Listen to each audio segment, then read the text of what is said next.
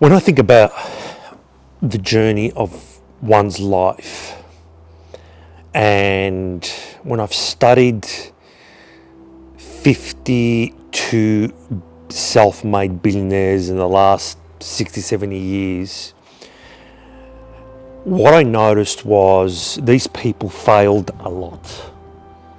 These people failed a lot. And it was like they chased failure. And they did this intently. And so you might say to me, well, hang on, failure does not lead to success. Well, failure does lead to success. Because when you're solving problems towards a desire, and as I keep saying, when you've got a strong desire that's ecstatic, and you've got a journey that's really ecstatic, and the desire is ecstatic, because when the desire is ecstatic, the journey then becomes ecstatic. And as a deep learner, what happens is your mindset changes because you put the wheels in motion, the wheels of habits and the wheels of deep learning. And those wheels carry you there because they evolve. Your deep learning practices evolve, just like a person that starts karate. Once they start karate, they get the black belt. They're still doing the same kick. It's just that kick has grown to a black belt kick. The same thing with your habits. Your habits are always changing and they're evolving. They're actually getting better and better and better. It's not like we do the same thing every single day. It's basically the habits evolve because we're learning, and then we're able to correlate that together to keep growing. They're the wheels that keep spinning. Towards our journey, we're going to have a lot of problems where we don't have the skill sets and knowledge to solve them at the time. But guess what? As deep learners, we jump in and we solve them. We take the action first. We don't go into the learning first.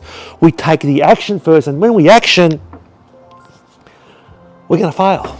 When we take action, we're going to fail. We're going to be fearless of failure. Failures are going to become a great word. Mistakes are going to become a great ingredient for you as a deep learner.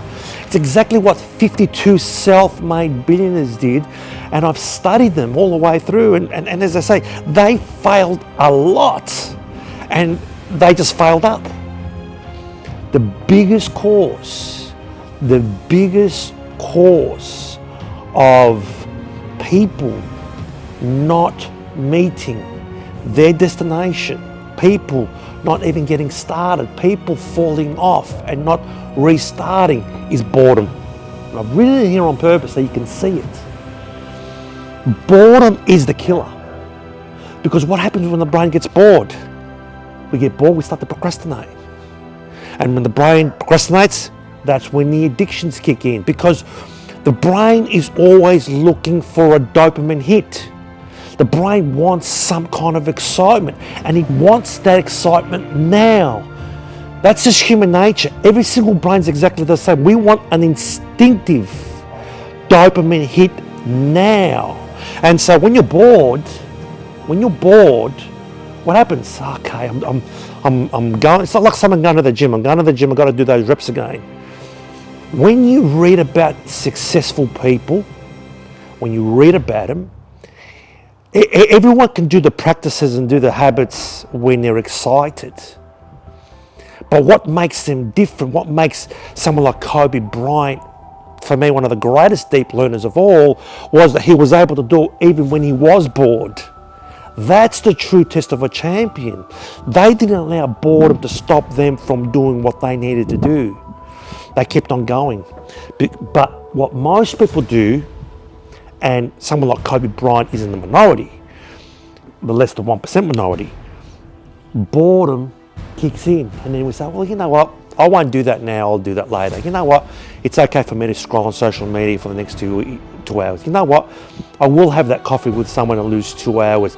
You find doing the easy, comfortable things on top of the stuff that you need to do, the actions that you need to take, because you're afraid of the failure. And so this leads all the way down and to the addictions. And that's why we have addictions, because we're bored. That's the cause of it.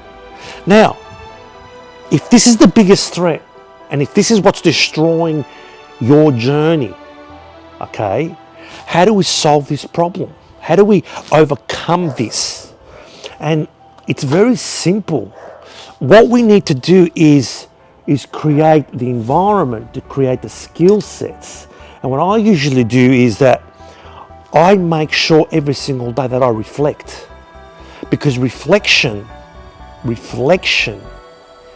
is one of the best deep learning practices you can do at the end of your day. And it's very simple. It's a very simple exercise. You just write down 3 questions. What did I do today? What did I not do well today? What did I learn? Just simple, very simple questions. And let the brain start to write and think. Because when you're writing down what you did, and when you're writing down what you didn't do well, then your brain's starting to think. Because when the journey is that when you've got that ecstatic desire, you're going to have all the problems.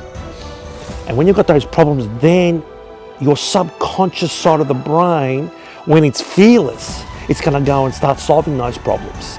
And during those problems, it's going to start to fail. And when we fail, the thing is, when we fail, if we don't reflect, we won't know where the gaps are. So when we're reflecting, I'm going to rub this off now. When we're reflecting, okay, what we're doing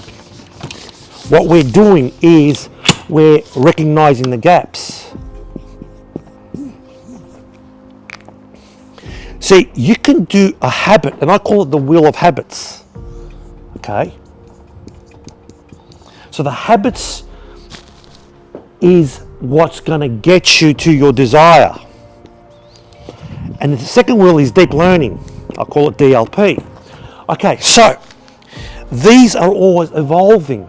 So your habits are always changing. They're evolving upwards, as I keep saying. And so what happens is when we reflect on our day, what did I do today? What did I not do well today? What did I learn? As we identify these, we pick up the gaps. These gaps are action points. When we see the gaps, there's an opportunity now to start researching, to start reading that book, to start chasing what we need to do to close the gaps. And as you're closing your gaps, guess what? Your habits are improving. They're changing. Your habits won't change. Your habits will evolve. They have to evolve. Your current habits, where they are in now, will not get you to where you are. Okay? If you look at all the billionaires, their initial habits were not the habits that they had when they became billionaires. They evolved, and their learning evolved. And these things, they work with each other, because they're your wheels. Okay, so a lot of times you hear people, oh, but I do this every single day, and I haven't improved. Well, you kind of have improved, but you're kind of improved in a certain way. And the reason why you haven't improved is because you haven't reflected on your day. And when you're doing a self-reflection, you're actually being honest. Because you're the only person that's writing it down, and you're actually honest, and you're saying, okay, these are the gaps. And so once you find the gaps, then the practice becomes deliberate. So it's a deliberate practice. It's the deliberate practice. So we do our habits with a new deliberate practice that's closing the gaps, and all of a sudden, your habits are evolving and growing and growing.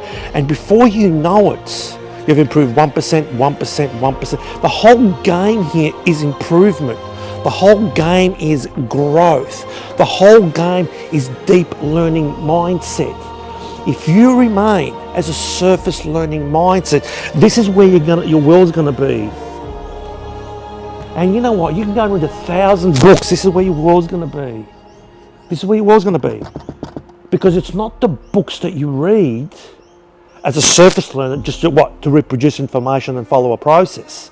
And maybe you could look good at a party that you know all this information, you know all this data. Who gives a shit? Your intelligence is your capacity to take action, to solve problems towards a desire. The rest of it, mate, no one gives a shit. That's your capacity. That's what you're going to be thinking when you're on your deathbed. And so you need to improve your habits, and you need to use your deep learning to improve those habits. And reflection will identify your gaps. Boredom kills, and there are skill sets that you can acquire, because what we need to do is trick the brain to make the brain feel excited when it's bored.